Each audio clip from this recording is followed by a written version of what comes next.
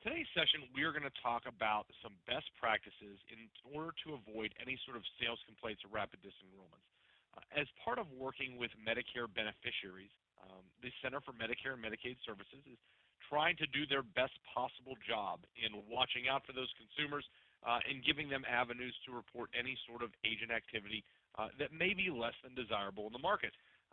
So what we don't want to see happen is have good agents receive sales complaints for things that are really just honest mistakes.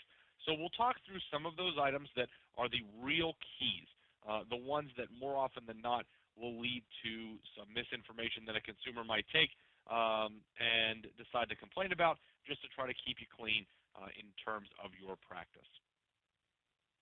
So let's talk about our agenda for today. We're going to start out talking about presenting accurate plan information, moving into providers. Providers is probably, from my perspective, the number one biggest issue when it comes to generating complaints. Next, we're going to talk about explaining accurately the difference between Medicare Advantage and Medicare Supplement products, a couple quick points around avoiding rapid disenrollments, some takeaway items, and then we will also close up with answering some questions.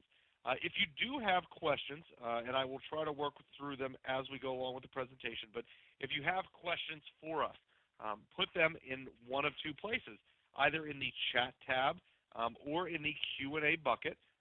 Both of those are part of your WebEx panel. Include those, and we will work through your questions as best we can to make sure you get the information that you're looking for today. So making sure that the consumer receives accurate plan information is really a key, because if they don't truly understand what it is that they're buying, more than likely something's going to happen that's going to cause an issue or concern. And so the thing to keep in mind is this, that no matter how good of a job that you do in working with your consumer, there are going to be portions of the product that they are not going to retain from your sales presentation. I can speak from experience that when I speak not only with my ownership here at Nice, Schloss & Fleming, or even my wife, there are parts of those conversations that I just don't retain. And I'd like to think that I've got a tremendous memory. Your clients, regardless of how intent they are in listening to you or how intent you are at presenting that information, something is going to get lost in the translation. So that is unavoidable. However, really trying to take some additional care in describing key benefits. What are the things that the consumers are really going to utilize most often, talking through with them all aspects of that product. And I would emphasize, I know in sitting in on agent sales appointments, one of the things that our agents sometimes do not emphasize enough is the prescription drug plan benefit. Now, checking to see if a consumer's drugs are in the formulary is something that almost every agent does and does a good job at. However, talking to the consumer about what tiers are those drugs on, what do those tiers mean? What are you going to pay for each one of those drugs? Are there any sort of clinical care items concerning those drugs? Is there step therapy? Is there prior authorization? Are there quantity limits on any of these drugs? Making sure the consumer is really dialed in to the prescription drug benefit portion of the product is something that is absolutely critical. And usually the RX benefit leads to more complaints than any other benefit item. Why is that? Well, let's think about what area of your consumer's plan are they virtually guaranteed to use every single month. With probably 95% of your clients, the most utilized portion of their plan is going to be the drug benefit. So guaranteed that consumer is going, well, maybe not guaranteed, but most consumers are going to be at the pharmacy every single month, whereas they may only be at their PCP 4 to 5 times. So something to keep in mind, really dial in on RX as well as the other benefits as best as possible. So in terms of some real-life complaint examples, we had looked at a couple complaints that kind of fit in with benefit discussion. And I'm not going to read through this word for word, but in one of our examples, we had an agent who received a complaint that the enrollee called back in and said, hey, my agent said this covered dental, and it didn't cover all of my dental costs. And the agent said that they were going to arrange for this to come out of my checking account, and it did not. Um, Please make sure that, especially when it comes to ancillary benefits, if that is a driver of the plan decision, that consumer really needs to understand how it's covered. Don't just say the plan has dental, because it could be that if you say to one consumer the plan has dental, that consumer could believe, oh well, I'm going to get my cleanings and my X-rays and my exam covered. Another person could think that they all of a sudden can go to the dentist and get those 4 crowns that they've needed for the last year. So being specific around some of the value-added benefits is very helpful. Also, making sure a consumer is very clear on what you can and cannot do. Sometimes consumers will complain about things that just flat out aren't your fault, such as an EFT not being set up correctly, or some sort of payment mode issue where the coupon book doesn't arrive in time. So those are some items just to keep in mind, that sometimes that the best thing you can do is explain to your client what you can't do.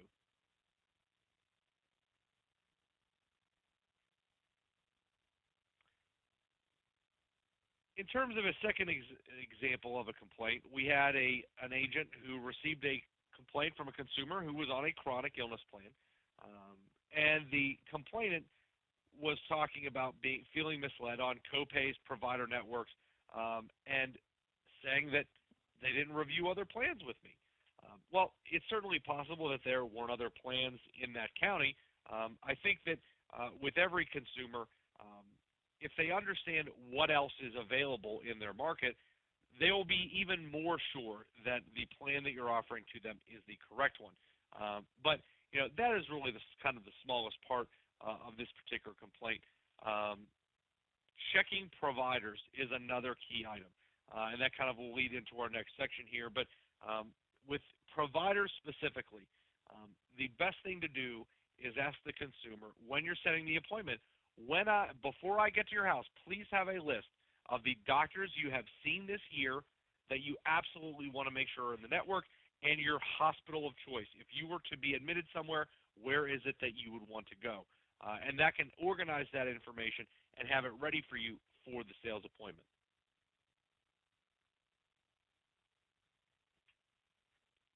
Other than the prescription drug plan benefits, the provider information area is probably the second most common element for complaints.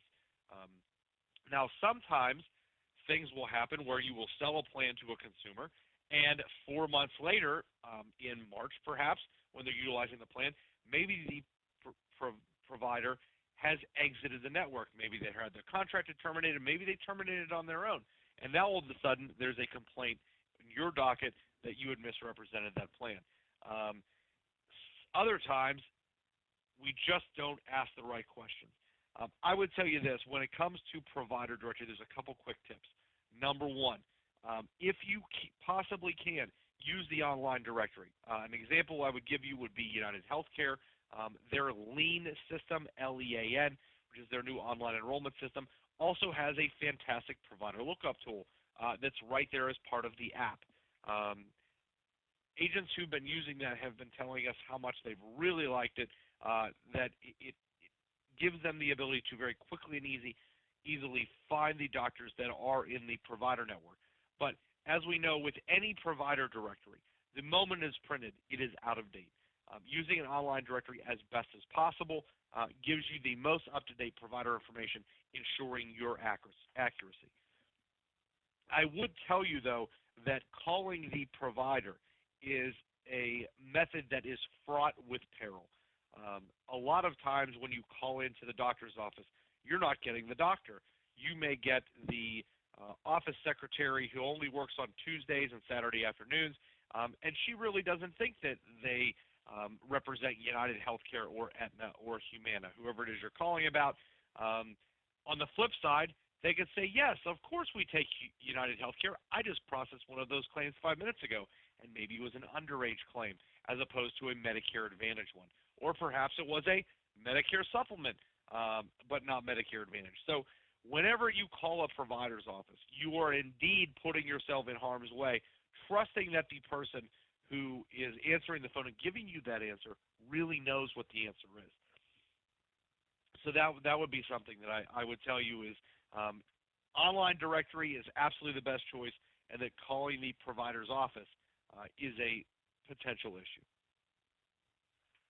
The other thing in talking to some agents when I was traveling on the road over the course of the last month is that some agents are simply checking the consumer's PCP and not checking in on things like specialists, home health care networks, any sort of other ancillary providers like a durable medical equipment provider.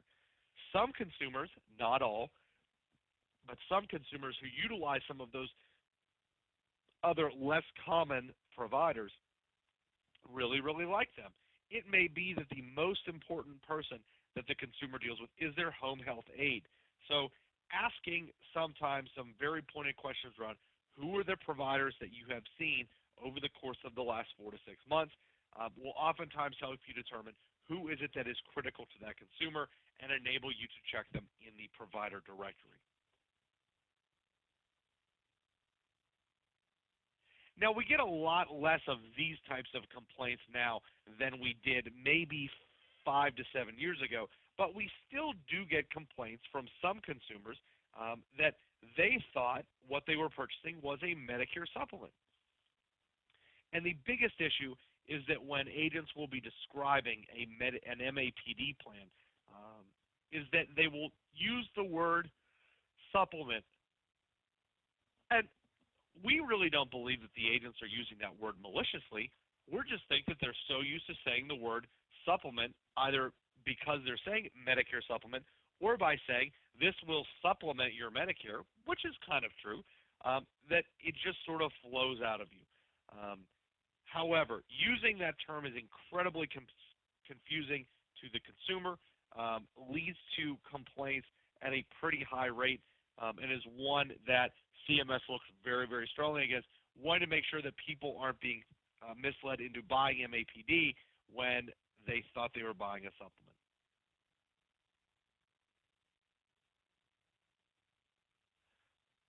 So one of the things that I would tell you in terms of avoiding confusion on this subject is make sure the client understands that, hey, you have two options for seeking out some coverage here. You can go with a traditional Medicare supplement or Medigap, and here's how that works, as well as presenting Medicare Advantage. I know that some agents that I talked to over the course of the last few months have said that they don't even present Medicare supplement as part of the sales process.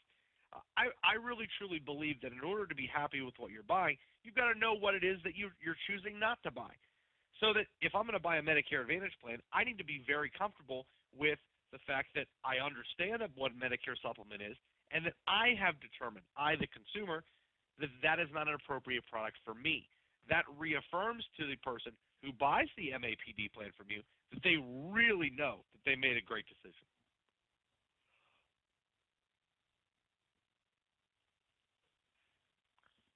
So again, in reference to that type of confusion, clear and concise language is the absolute key to making sure your consumer understands what an MAPD is and that it is not the supplement. Again, I can't say this enough. Don't use the word supplement if you can avoid it. That is a key that you'll want to keep in mind. You know, we do get a little bit of confusion around enrollment periods. There are lots of times where a consumer generates a complaint because they, as well as the agent, believe they had a qualifying SEP when really they did not.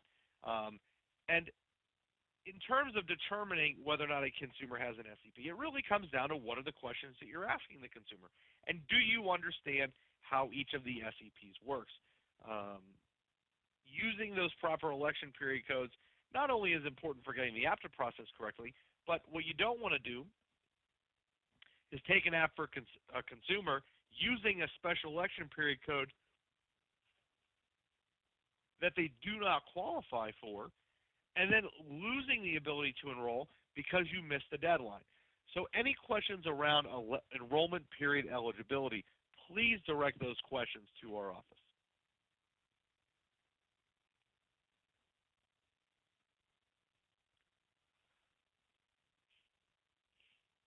Now, in terms of rapid disenrollments, we see far less of these now than we did 5 to 8 years ago. Part of the reason is because most consumers can't move from January through March. If most of your enrollments are happening during AEP, a lot of those consumers just flat out can't switch. So rapid disenrollments are less of an issue now than they were a number of years ago, mainly because of the way that the plans are structured in terms of some enrollment periods. However, that doesn't mean that those consumers can't move, maybe potentially using a low-income subsidy, a dual special needs plan, or perhaps a state pharmaceutical assistance program, SEP, to switch from one to the other. And really, communication is the key here. A person is happy with their enrollment decision more often than not when they feel like they've got some value from it. So we really recommend to a lot of our agents communicating with those consumers post-enrollment. Now, United Healthcare has developed a number of tools. The one that I have on the screen right now is the one that they have for specifically their dual special needs plan. But there are a number of tools like this on the Agent Toolkit, which is a part of the United Healthcare Broker Portal. Using this type of strategy, following up with the consumer, checking in with them, making sure that they have their ID cards, that they've set appointments with their PCPs, that they are utilizing their benefits. Those consumers who utilize their benefits end up being happy consumers because they feel like they've got value. They've seen their plan working for them. So making sure that you can operationally interact with that consumer within the first 90 days to push them on utilizing their plan benefits will absolutely lead to higher member satisfaction for you, better retention, and lower potential for rapid disenrollments. So a couple of takeaways we'd like you to have. Number one, complaints will affect your bottom line in a number of ways. Number one, they affect your bottom line because you can end up losing those consumers. No one wants a chargeback, so let's not lose that consumer on a complaint. Secondly, the time that you have to spend as an agent dealing with a complaint, which is a serious issue, coming from CMS and from the carrier, something that you have to pay attention to, that lost time are hours you are not getting back. If you have to spend time addressing a complaint, crafting a response, that's time that you can't spend prospecting or in the field writing business. So keep that in mind. Next, make sure that you do your best possible job explaining plan benefits, drug benefits, provider networks, and copays to your consumers. And while that sounds like a really sort of kind of no-brainer tip to give, they're, again, emphasizing those items that the consumers are most concerned with. Things like prescription drugs and doctors. Those are some of the items that are really going to drive the enrollment decision. And if the information is inaccurately received by the consumer, going to potentially drive complaints. Next, make sure that your consumer clearly understands the difference between a Medicare Advantage and a Medicare Supplement plan, because if they do understand the difference, they'll be happy with their enrollment decision and won't be in a position to generate a complaint. All right, well, at this point in time, that's what we've got for you today. Do we have any questions from anyone? Again, you can use the Q&A tab or the chat functionality to submit questions for us to be able to answer live during the session.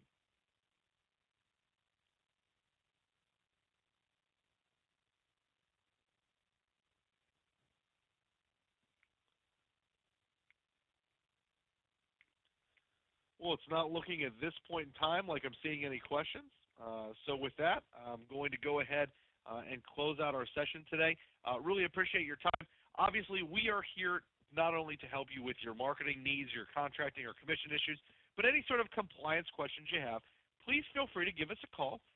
Phone number here at the office is 800-562-7733. If you prefer to email, you can certainly submit a question to us at info@niceloss.com or contact us on our website, n&finc.com. With that, again, this is Bill Correa signing off. Appreciate your time today.